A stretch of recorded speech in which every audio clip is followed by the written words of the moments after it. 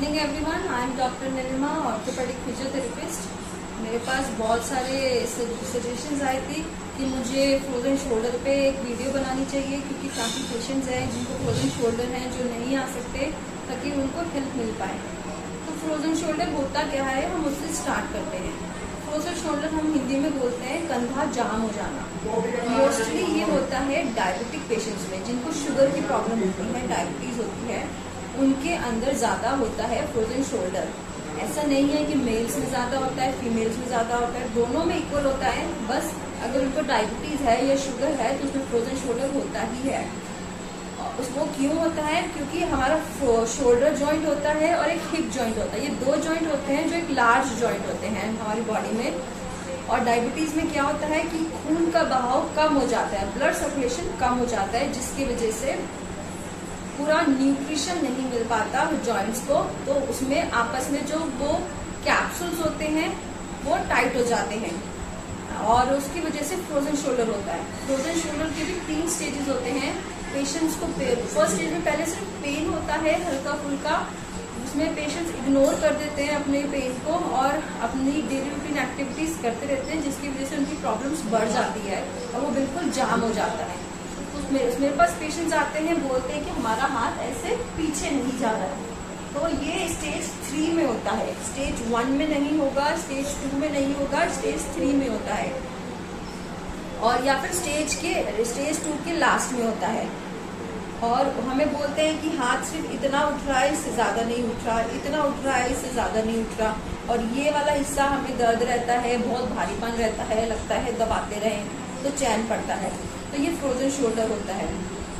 और भी कंडीशंस होती है शोल्डर की, जिसको पेशेंट्स मिस डायग्नोज कर लेते हैं या मिसकंसेप्शन बना लेते हैं कि हमारा तो कंधा जाम हो गया है, तो ये तो ठीक हो ही नहीं सकता, तो फायदा ही नहीं है किसी डॉक्टर के पास जाने का। दवाइयाँ खाते रहते हैं, पेन किलर खाते रहते हैं, एंटी इन्फ्लेमेटरी खाते रहते हैं, जिससे उनकी प्रॉब्लम कुछ और होती है, जिसकी वजह से वो फ्रोजन शोल्डर में कन्वर्ट हो जाता है। जब आपको पेन है कहीं पे भी और आप अपना जॉइंट यूज नहीं करेंगे तो वो अपने आप ही जाम हो जाएगा। पहला कारण होता है कि डायबिटीज, वो बहुत कॉमन होता है। दूसरा होता है कि कोई झटका लग गया हो, या फिर आप अपना हाथ गलत तरीके से उठा रहे हो, गलत तरीके से यूज कर रहे हो, तो यहाँ पे हड्डी होती है, उसमें स्वेलिंग आ जाती है, यहाँ पे हड्डी होती है, वहाँ पे स्वेलिंग आ जाती है। उसको मेडिकल लैंग्वेज में बोलते हैं एक्रोमियोक्लेविकुलर जॉइंट, जो यहाँ पर होता है, जिनको यहाँ पे दर्द होता है, यहाँ से ये दर्द होता है इसको दबाने से, तो वो एक्रोमियोक्लेविकुलर जॉइंट में स्वेलिंग होती है। उसके नीचे दर्द होता है तो वो एक्रोमियो, यहाँ पे बर्सा होता है, सब एक्रोमियल बर्सा होता है, सब एक्रोमियल बर्सा की वजह से दर्द होता है। और किसी को सिर्फ यहाँ इस पॉइंट पे दर्द होता है तो वो जीटी में स्वेलिंग आ जाती है। उसको यहाँ पे एक मसल होती है सुप्रास्पाइनेटस, जो हमारा काम करती है ऐसे हाथ उठाने में हेल्प करती है स्टार्टिंग की रेंज में। तो जिनको दर्द होता है स्टार्टिंग की रेंज में हाथ उठाने में, तो हो सकता है उनको फ्रोजन शोल्डर ना हो, उनको सुप्रास्पाइनेटस इम्पिंजमेंट हो। सुप्रास्पाइनेटस इम्पिंजमेंट का मतलब होता है कि यहाँ पे जो टेंडन होता है, जो मसल होता है, मसल का टेंडन होता है, स्टार्ट यहाँ से शुरू होता है, तो यहाँ पे वो एक हड्डी के बीच में दब रहा हो, जिसकी वजह से उसमें स्वेलिंग आ रही हो, रिकरेंट स्वेलिंग आ रही हो। काफी लोगों को महसूस होता होगा कि यहाँ पे उनको ऐसे हाथ उठा रहे हैं तो कट कट कट आवाज आ रही है, आगे उठा रहे हैं तो कट कट कट आवाज आ रही है, या फिर एकदम से लॉक वाइज आ रहा है उनका शोल्डर, तो वही सुप्रास्पाइनेटल इम्पिंजमेंट होता है। जरूरी नहीं कि वो फ्रोजन शोल्डर हो, लेकिन अगर आप उसको ट्रीट नहीं करेंगे, ठीक नहीं करवाएंगे, तो वो लास्ट में वो फ्रोजन शोल्डर ही हो जाता है, जाम हो जाता है। लेकिन मेन फ्रोजन शोल्डर हमें होता है जब हमें डायबिटीज होती है या फिर हमें शुगर होता है। तो उसके लिए हम क्या कर सकते हैं, मैं आपको आज वो बताने आई हूँ। पहला प्रिकॉशन लेना है कि अगर सपोज आपके राइट हैंड में फ्रोजन शोल्डर है तो आपको राइट साइड करवट लेके बिल्कुल भी नहीं सोना है। अगर आप राइट साइड करवट लेके सोएंगे तो आपका बॉडी वेट शोल्डर पे जाएगा, उसकी वजह से आपका शोल्डर और डैमेज होगा, शोल्डर का कैप्सूल और डैमेज होने लगेगा। तो आपको क्या करना है, यहाँ पे पिलो लगा के सोना है साइड में, या कुशन लगा लीजिए यहाँ पर, ताकि अगर आप नींद में डीप स्लीप में करवट लें राइट साइड पे, अगर आपको राइट साइड पे दर्द है, राइट साइड पे फ्रोजन शोल्डर है, तो आपका सारा बॉडी वेट पिलो पे जाए, कुशन पे जाए, आपके शोल्डर पे ना जाए, जिससे डैमेज ना हो आपका शोल्डर। दूसरा, आपको कोई झटका नहीं लगना चाहिए। तीसरा, आपको हर 2 घंटे में गर्म पानी की सिकाई करनी है 15 मिनट के लिए सॉरी रबड़ की बॉटल से भी कर सकते हैं, बिजली वाली बेल्ट आती है, जेल वाली बेल्ट आती है, आप किसी से भी कर सकते हैं 15 मिनट में, जो आपको फीजेबल हो। और आपको हर 2 घंटे में करना है। और चौथा, मोस्टली क्या होता है, लोगों को पता ही नहीं होता है कि कंधा कैसे उठाना है। वो गलत तरीके से उठा रहे होते हैं, जिसकी वजह से उनके शोल्डर में डैमेज होना स्टार्ट हो जाता है। तो हमारा जो नॉर्मल पोस्चर होता है मेडिकल फील्ड में, वो हमें ऐसे उठाना चाहिए, हथेली इस तरह होनी चाहिए। लोग क्या करते हैं, हाथ इनका यहाँ पे होता है, कुछ उठाना होता है, जिम में एक्सरसाइज कर रहे हैं तो यूं उठा रहे हैं, ये नीचे की तरफ है। आप अगर गलत तरीके से उठाएंगे तो आपकी हड्डी अपने आप ही रगड़ खाएगी और आपको दर्द देगी और स्वेलिंग देगी। तो आपको अगर कोई एक्सरसाइज करनी है, कुछ काम कर रहे हैं, तो हाथ आपका ऐसे होना चाहिए, हथेली इस तरफ होनी चाहिए। तो आप ऐसे उठाएंगे तो बिल्कुल भी दर्द नहीं होगा। और ऐसे ही होता है कि साइड से उठाना है तो हथेली सामने की तरफ होनी चाहिए। लोग क्या करते हैं, नीचे की तरफ है और ऐसे उठा रहे हैं, एक्सरसाइज कर रहे हैं, ऐसे उठा रहे हैं, तो वो ऑटोमेटिकली आपका शोल्डर जो है डैमेज होने लगेगा, आपको दर्द होने लगेगा। फ्रोजन शोल्डर नहीं भी है तो कोई और कंडीशन हो जाएगी और उसको आप ट्रीट नहीं करवाएंगे तो वो ऑटोमेटिकली फ्रोजन शोल्डर बन जाएगा। ठीक है, तो मैं आपको एक्सरसाइज बता रही हूँ हम क्या कर सकते हैं। पहली एक्सरसाइज मैं आपको बता रही हूँ, आपको क्या करना है, आपको अपने हाथ में स्टिक लेनी है। ये स्टिक है मेरे पास, आप वाइपर ले सकते हैं, बेलन ले सकते हैं, या फिर कोई भी स्टिक ले लीजिए। आपको अपने हाथ में पकड़ना है, ऐसे ही पकड़ना है, ऐसे नहीं पकड़ना है, ऐसे पकड़ना है, नीचे से धीरे धीरे, जितना स्लो हो सके, एकदम स्लो, कछुए की चाल की तरह, एकदम धीरे धीरे धीरे धीरे धीरे धीरे धीरे, जितना आपसे जाता है वहां तक लेके जाइए। रोकिए, काउंट करिए 10 तक, और फिर धीरे धीरे धीरे धीरे धीरे, जितना स्लो करेंगे उतना अच्छा, उतनी जल्दी आपका पेन ठीक होगा। इसको नीचे लेके जाना है, ये आपको 10 बार करना है। उसके बाद क्या करना है, ऐसे स्टिक रखना है, ये आपका 90 डिग्री, कोनी सीधी रहेगी, कोनी नहीं मोड़नी, इस तरफ लेके जाना है। होल्ड करना है 1 2 3 4 5, फिर इस तरफ लेके जाना है, होल्ड करना है 1 2 3 4 5। ये 1 राउंड हुआ, ये भी आपको 10 टाइम्स करना है। पहला मैंने बताया, ऊपर लेके जाना है, ऐसे पकड़ना है, देख लीजिए मैंने ऐसे नहीं पकड़ा है, बिल्कुल भी ऐसे पकड़ना है, ऊपर लेके जाना है, कोनी सीधी, जितना जाता है होल्ड, एंड देन स्लोली नीचे लाना है। उसके बाद यही सेकंड एक्सरसाइज, 90 पे हाथ, एल्बो स्ट्रेट, ऐसे लेके जाना है, होल्ड, फिर उसके बाद ऐसे लेके जाना है, होल्ड। जिनको अगर सपोज अगर मेरे को लेफ्ट हैंड में फ्रोजन शोल्डर है तो मेरे यहाँ पे खिंचाव लगेगा ये वाली एक्सरसाइज करते हुए, तो ये नॉर्मल है, ठीक हो जाएगा। थर्ड एक्सरसाइज, आपको स्टिक पीछे पकड़नी है, ऐसे ऐसे पास में नहीं पकड़नी, नॉर्मल पकड़नी है, हाथ को ऐसे ऊपर उठाना है। पेशेंट्स क्या करते हैं, ऊपर उठाएंगे और यूं झुक जाएंगे, तो ये गलत कर रहे हैं। आपको ऐसे नहीं करना, कमर सीधी रखनी है और इसको ऐसे ऊपर उठाना है, कोनी सीधी, जितना आपका हाथ ऊपर जाता है 10 तक गिनना है और फिर वापस 10 बार, बिल्कुल धीरे धीरे करना है, कोई झटका नहीं लगना चाहिए। फोर्थ है, इसको पास में पकड़िए, ऐसे ऊपर लेके जाइए, जितना जाता है आपसे 10 तक होल्ड करिए, फिर वापस, फिर ऊपर लेके जाइए, फिर वापस। थर्ड एक्सरसाइज मैंने बताई थी, आपको ऐसे ऊपर उठाना है, होल्ड करना है, फिर वापस। ये हम इसको इन एक्सरसाइजेस को हम बोलते हैं band exercises, WAND band exercises, जो हम स्टैंडिंग में बोलते हैं, स्टैंडिंग में करने के लिए। ठीक है, फिर उसके बाद आप क्या करेंगे, खड़े होके आपको अपने अब सपोज मेरे राइट हैंड में फ्रोजन शोल्डर है तो मैं अपना हाथ जितना मेरे से उठता है एक्टिवली धीरे धीरे धीरे धीरे धीरे ऐसे उठाऊंगी। सपोज इतना जा रहा है तो इतना उठाऊंगी, काउंट करूंगी एंड देन वापस। स्टार्टिंग में सिर्फ 5 टाइम्स करेंगे, धीरे धीरे धीरे धीरे ऊपर, फिर वापस। ऐसी साइड से धीरे, सपोज मेरा हाथ इतना ही जा रहा है तो इतना, फिर ऊपर। जिनको दर्द होता है वो क्या करते हैं, हाथ ऐसे उठाएंगे और ऐसे झुक जाते हैं, तो आपके हाथ में मोशन नहीं हो रहा है, आपकी कमर में मोशन हो रहा है, तो आप ये गलत कर रहे हैं। आपको अपनी कमर सीधी रखनी है, हाथ ऊपर उठाना है, रोकना है, फिर वापस।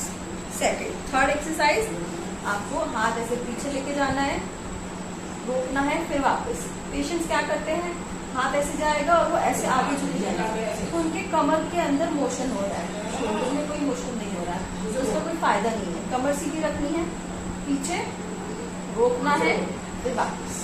ये खड़े होकर मैंने आपको बताई 3 ये एक्सरसाइज बताई।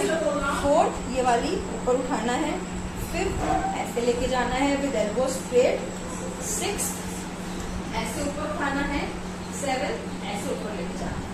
स्टैंडिंग में मैंने आपको बताई 7 एक्सरसाइजेस। ये सब आपको गर्म पानी की सिकाई करने के बाद करना है। और उसके बाद आप क्या कर सकते हैं, आप लेते हुए सीधा, मैं सीधा लेती, मुझे इस कंधे में दर्द है, इस कंधे में फ्रोजन शोल्डर है, तो मैं क्या करूंगी, हाथ ऊपर उठाऊंगी सीधा, ऊपर ऊपर ऊपर, धीरे स्लो स्लो, ये 90 तक होल्ड करूंगी। 1 2 3 4 5 and then slowly, very slowly down.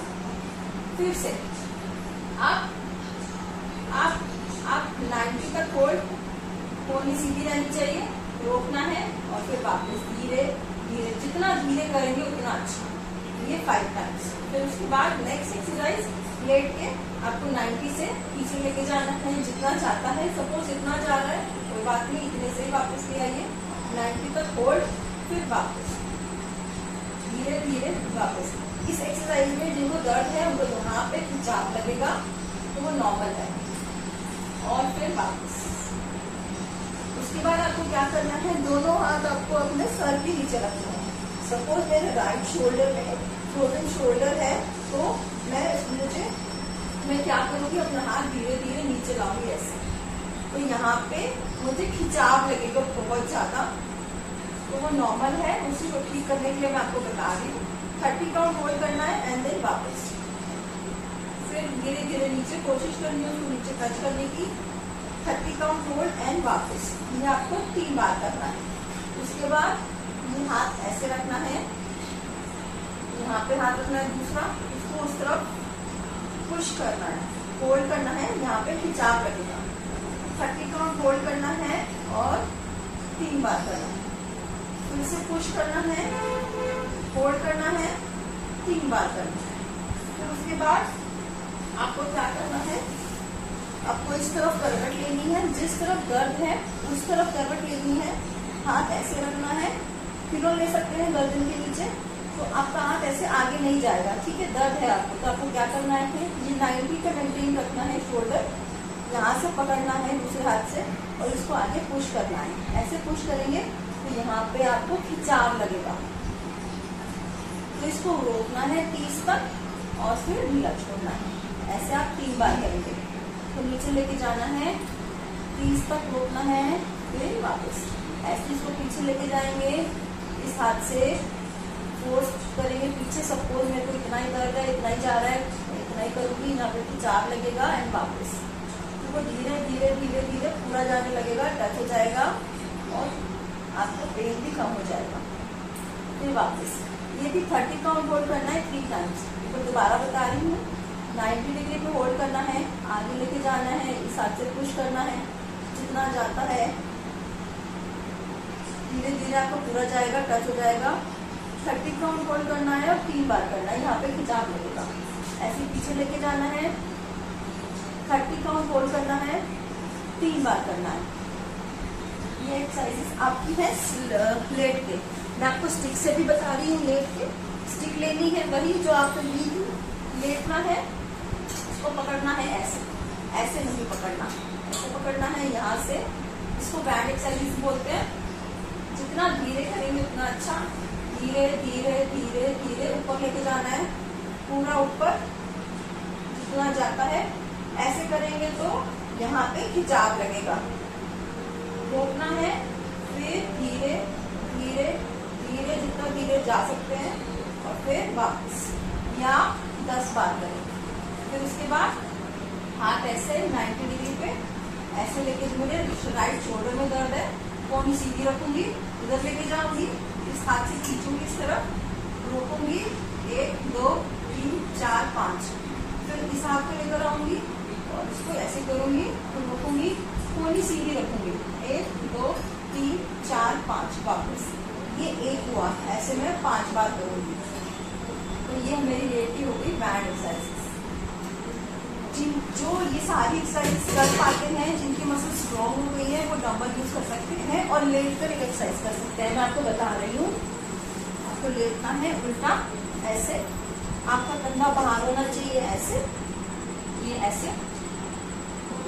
क्या करना है, हाथ ऊपर उठाना है धीरे, ऊपर होल्ड 1 2 3 4 5 एंड रिलैक्स 5 बार ऊपर 1 2 3 4 5 रिलैक्स, फिर से 1 2 3 4 5 रिलैक्स, कोनी सीधी रहेगी ऐसे। तो नेक्स्ट में ऊपर बॉडी के पास, ऐसे दूर नहीं, बॉडी के पास 1 2 3 4 5 रिलैक्स, फिर से ऊपर 1 2 3 4 5 रिलैक्स, धीरे धीरे वापस, झटका नहीं लगना चाहिए।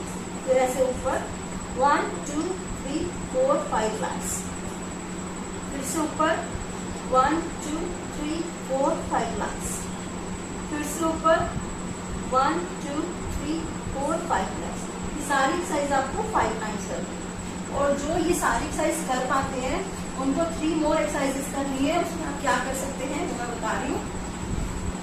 ऐसे लेटना है, हाथ ऐसे, अंगूठा नीचे, दोनों हाथ ऊपर उठाने हैं, होल्ड करना है 1 2 3 4 5 नीचे, फिर से 1 2 3 4 5 नीचे, ये आप 5 बार करेंगे। उसके बाद हाथ ऐसे, पहले थंब डाउन था, अब थंब अप है, अब 1 2 3 4 5 नीचे, फिर से 1 2 3 4 5 नीचे। थर्ड एक्सरसाइज, हाथ दोनों ऐसे, गर्दन नहीं उठानी, कोनी सीधी, दोनों हाथ ऊपर, 1 2 3 4 5 नीचे। ये एक्सरसाइज बहुत टफ लगेगी आपको क्योंकि आपकी स्कैपुलर की मसल्स, पीछे की मसल्स बहुत वीक हो गई होंगी हेड एंड शोल्डर में, तो आप ये करेंगे तो वो भी स्ट्रॉन्ग हो जाएगी। फिर से देखिए, कोनी सीधी, थमा 1 2 3 4 5। ये सारी एक्सरसाइजेज हैं हेड एंड शोल्डर में, बहुत बेसिक एक्सरसाइजेज बताई है मैंने आपको। स्टार्टिंग में आप पहले गर्म पानी की सिकाई करेंगे और फिर 5 टाइम्स से ही स्टार्ट करेंगे और धीरे धीरे प्रोग्रेस करेंगे।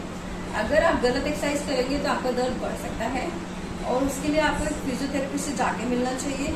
और अगर आपको मेरी हेल्प चाहिए तो आप कमेंट में शेयर करिए अपने व्यूज़, अपने सजेशंस। मैं आपको लाइव वीडियो में समझा सकती हूँ, आपकी मिसकंसेप्शंस, मिथ्स क्लियर कर सकती हूँ, आपकी डाउट्स क्लियर कर सकती हूँ। Thank you.